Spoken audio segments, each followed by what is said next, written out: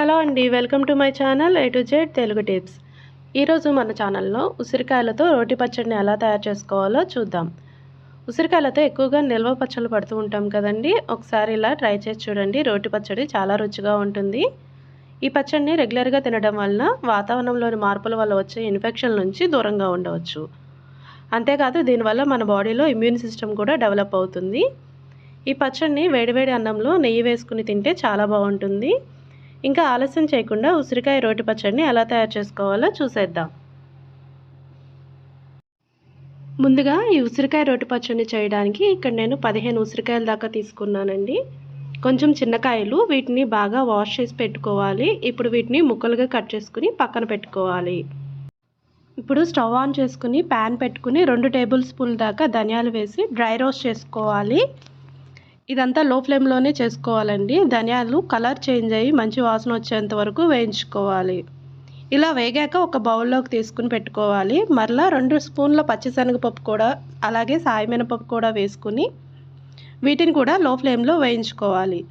ఇలా వేగాక వీటన్నింటిని ఒక బౌల్లోకి తీసుకోవాలి. ఆ తర్వాత ప్యాన్లో 2 టేబుల్ స్పూన్ల ఆయిల్ వేసి ఆయిల్ హీట్ అయ్యాక 5 ఎండుమిర్చిని వేసి వేయించుకోవాలి. ఎండుమిర్చిని కూడా వేయించాక ఇలా బౌల్లోకి వేసుకుని 1 స్పూన్ జీలకర్ర కూడా వేసి వీటిని చల్లారనివ్వాలి.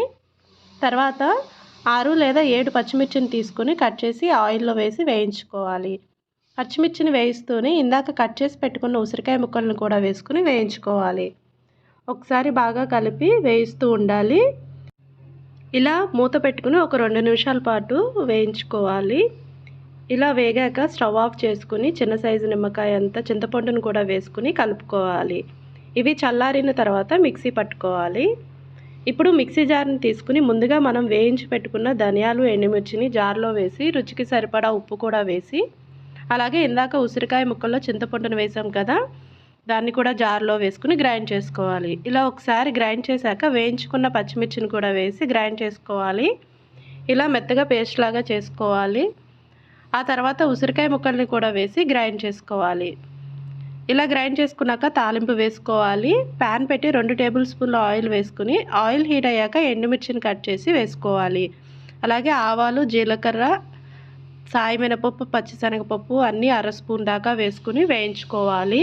కలుపుతూ వేయించుకోవాలి. తర్వాత కొద్దిగా కరివేపాకు కూడా వేసి వేయించుకోవాలి. ఆ తర్వాత 7 లేదా 8 వెల్లుల్లి రెబ్బలను కూడా దంచుకుని వేసుకోవాలి. ఒకసారి కలిపి కొద్దిగా పసుపు కూడా వేసి కలపాలి. ఆ తర్వాత ఉసిరికాయ పచ్చడిని కూడా వేసి బాగా కలుపుకోవాలి. ఒకసారి టేస్ట్ చూసి ఉప్పు సరిపోకపోతే మరలా వేసుకోండి. అంతేనండి, పచ్చడి చాలా ఈజీగా చేసుకోవచ్చు. చాలా హెల్దీ కూడా ఈ రెసిపీ. ఇంత హెల్దీ రెసిపీని మీరు కూడా ట్రై చేసి టేస్ట్ ఎలా వచ్చింది అనేది కమెంట్ చేయండి. అలాగే వీడియో నచ్చితే లైక్ చేసి మీ ఫ్రెండ్స్కి, ఫ్యామిలీ మెంబర్స్కి కూడా షేర్ చేయండి. ఇలాంటి హెల్దీ అండ్ టేస్టీ రెసిపీస్ని మీరు నా ఛానల్లో చూడాలనుకుంటే ప్లీజ్ నా ఛానల్ని సబ్స్క్రైబ్ చేసుకోండి. అలాగే పక్కనే ఉన్న బెల్ బటన్ని కూడా యాక్టివేట్ చేసుకోండి.